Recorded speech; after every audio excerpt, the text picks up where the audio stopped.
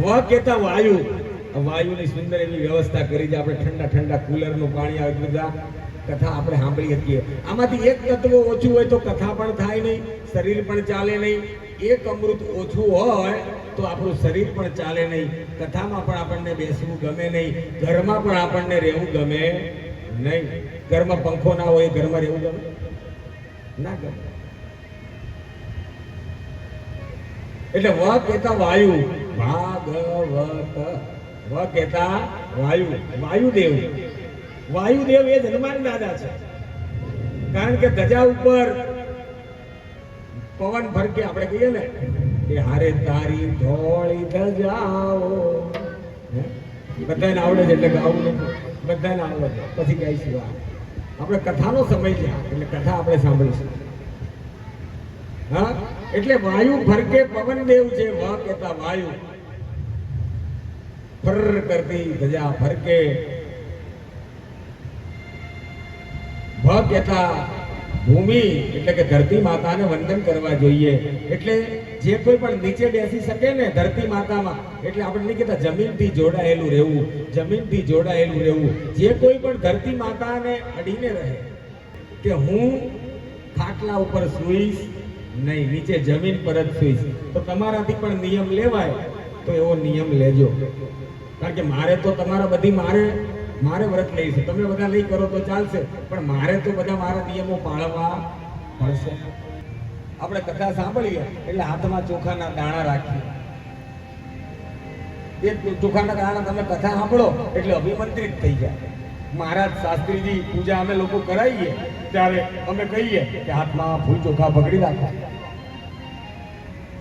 ત્યાં સુધી અમે મંત્ર બોલીએ એટલે એ ફૂલ અને ચોખા અભિમંત્રિત થઈ જાય અને મંત્ર આધીન દેવતા. તદ મંત્ર ભક્તા આધીન. ભગવાન ભક્તોને આધીન હોય છે. ભગવાનને કોઈ નિયમ લાગુ પડતા નથી, બધા નિયમો આપણા માટે છે. આપણે જો નિયમમાં રહીએ તો ભગવાનના દર્શન થાય અને થાય. એટલે આપણે પણ નિયમમાં રહેવાનું છે. શ્રોતાના નિયમો છે, ભગવાનના નિયમો છે. બહુ સરસ. Happy birthday to you. એની જન્મદિવસ છે, કોઈ વાંધો નહીં. આજે ચપ્પલ પહેરીને આયા, વાંધો નહીં. હવેથી કાલે ચપ્પલ વગાડવા બાળક છે, કોઈ વાંધો નહીં. બોલ શ્રી કૃષ્ણ કનૈયા લાલ કી જય.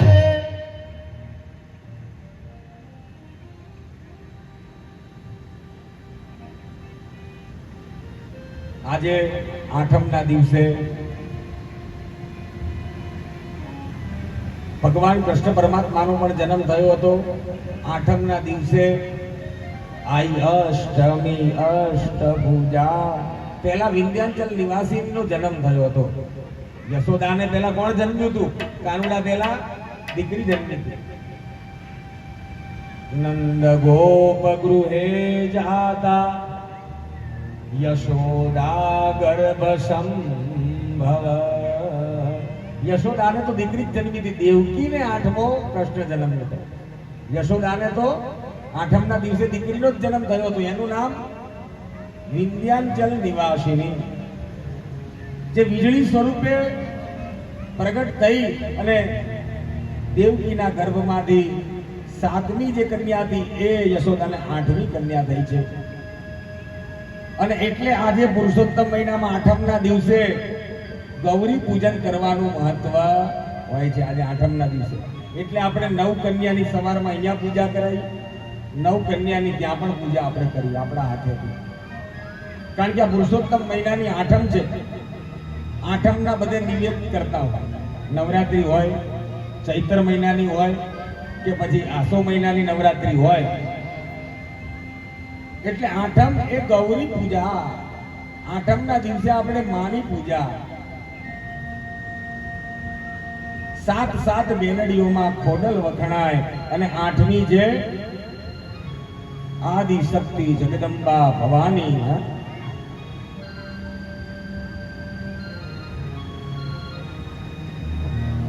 તો 7 વારની આ સપ્તાહ ક્રમ છે. આ 7 વારનો સપ્તાહનો ક્રમ છે.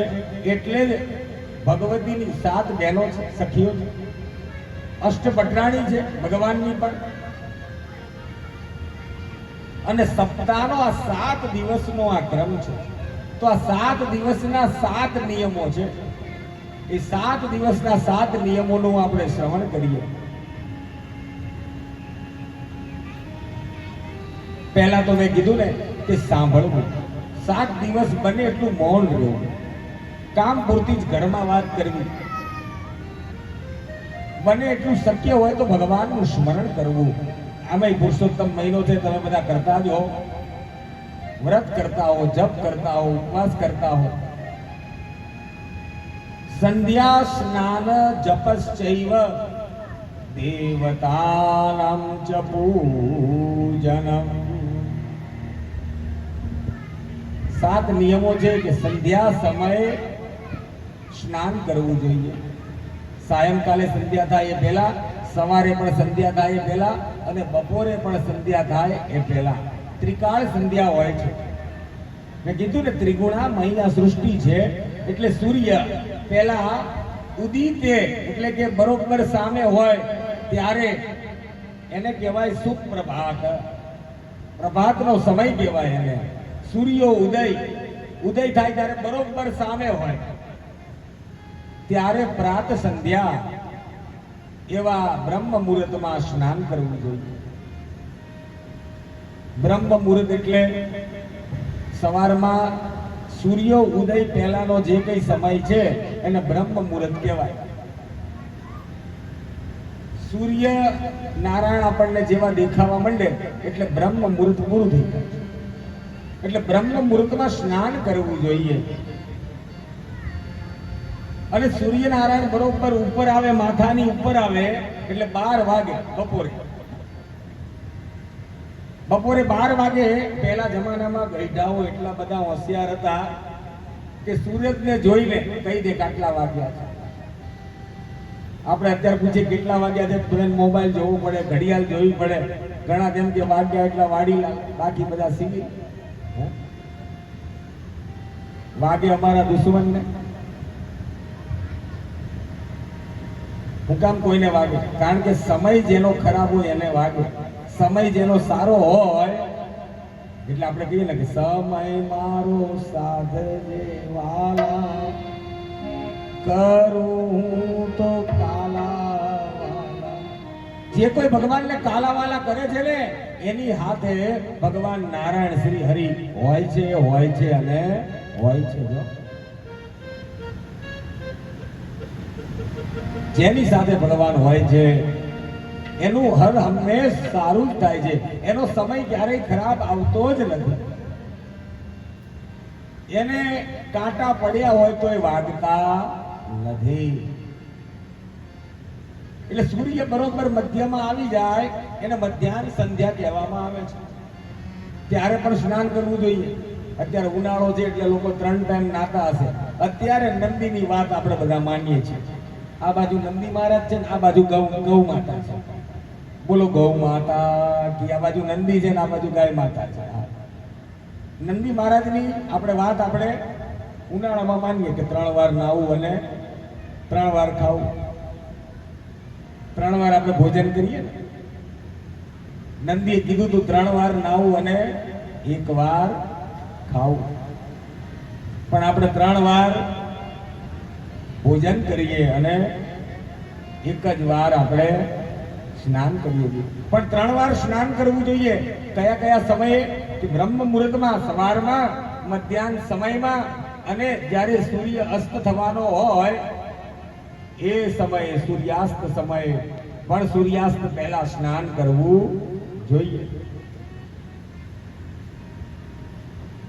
નંદી મહારાજ ડોલતા ડોલતા આયા અને ડોલતા ડોલતા ભૂલી ગયા. એટલે એમણે કીધું કે 3 વાર ખાવું અને 1 વાર નાવું. એટલે આપણે નંદી મહારાજ જેટલું બધું કામ કરાવીએ નહીં કેતા ઘાંચીનો બળદ ના ઘરનો ના ઘાટનો. એટલે આપણે એટલું બધું કામ કરાવતા થઈ ગયા આપણે નંદી મહારાજ જોડે. પણ ધર્મ એ નંદીનું સ્વરૂપ છે. ધર્મો રક્ષતિ રક્ષિત. કલિયુગ જ્યારે આવવાનો હતો ત્યારે પરીક્ષિત રાજાએ કીધું કે મારા રાજ્યમાં તને હું આવવા દઈશ નહીં.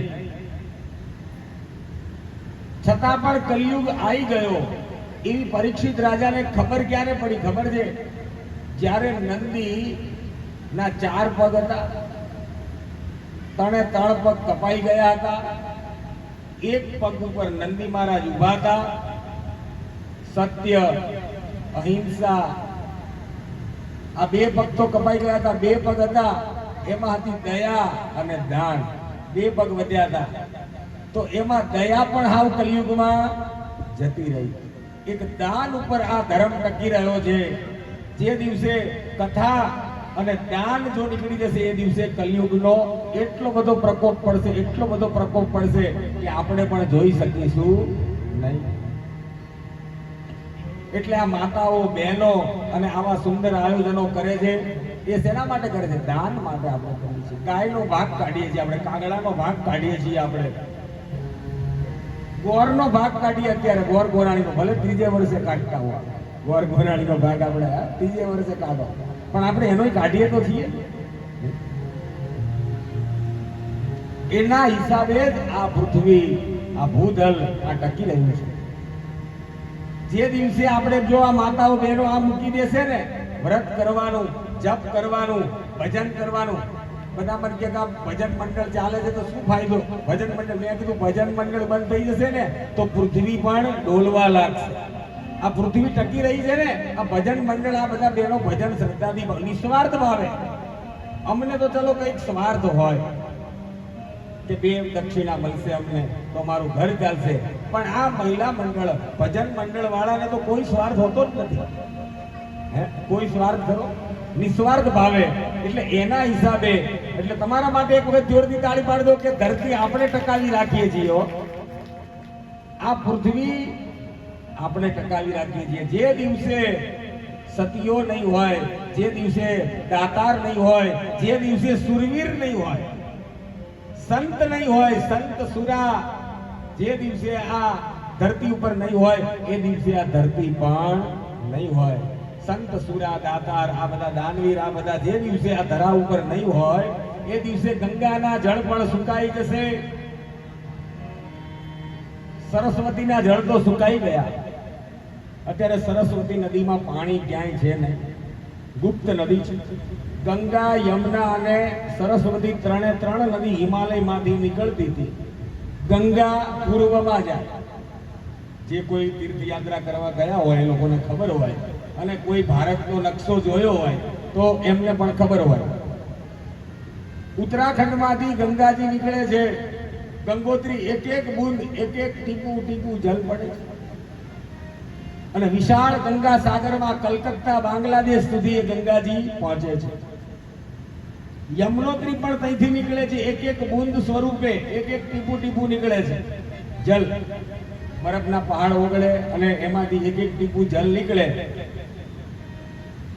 એ યમુના નદી.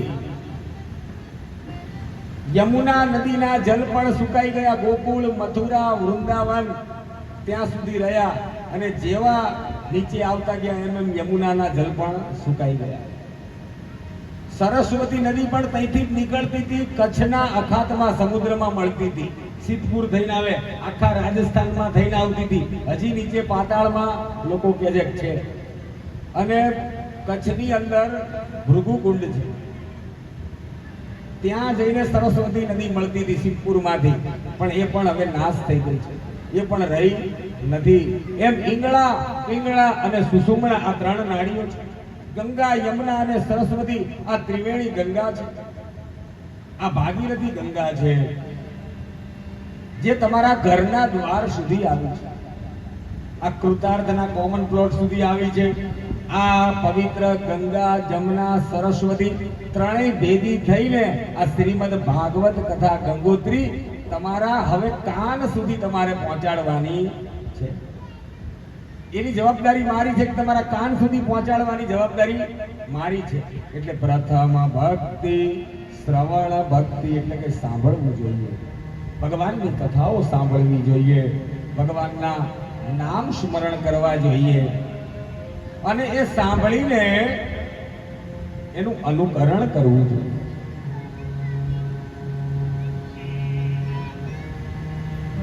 નર્મદાની કેનાલ ઘરે ઘરે આવીએ પણ આપણે આપણો નળ બંધ રાખીએ તો પાણી આપણા ઘરમાં આવે નહીં. બાકી નર્મદા ક્યાં હતી? અમદાવાદમાં. અમદાવાદમાં તો સાબરમતી હતી. અમદાવાદમાં સાબરમતી નદી આવે, ચંદ્રભાગા આવે. આ બે નદીના સંગમ થાય, ચંદ્રભાગા, સાબરમતી. ત્રીજી નર્મદા પણ હવે ત્રિવેણી સંગમ થયું. એમ આજુબાજુમાં તો ઘણી નદી, મહીસાગર નદી, વેરાખાડી, એમ તો ઘણી બધી નદીઓ છે. વૌઠામાં 7 નદીનો સંગમ થાય. પણ દરેક નદી સમુદ્રમાં મળે છે. આકાશાત પતિતમ તોયમ યથા ગચ્છતિ સાગર સર્વદેવ નમસ્કાર કેશવમ પ્રતિગચ્છતિ.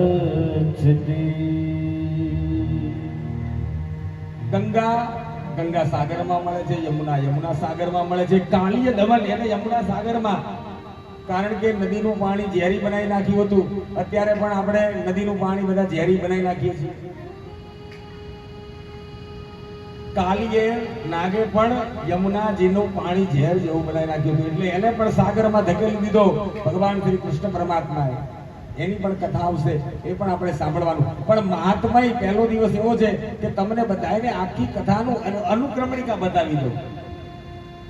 આપણે અહીંયા કૃષ્ણ જન્મ પણ ઉજવવાનો છે, નંદ મહોત્સવ. આવતીકાલે નરસિંહ ભગવાન પ્રહલાદજીનું પ્રાગટ્ય આપણે અહીંયા થશે. એટલે 3 છોકરાઓને આપણે, એકને નરસિંહ બનાવીશું, એકને પ્રહલાદ બનાવીશું અને એકને હિરણ્યકશ્યપ આપણે બનાવીશું. એની આપણે અહીંયા આગળ ભવાઈ પહેલા આપણે કરતા હતા ને, તરગારા. આપણે અમારા ગામડે એમ કે તરગારા રમવા, એવી રીતે આપણે એની ભવાઈ પણ આપણે અહીંયા આગળ રામલીલા, રાસલીલા, તમામ પ્રકારની લીલાઓ આપણે શ્રવણ કરીશું. તમામ પ્રકારની ભગવાનની કથાઓ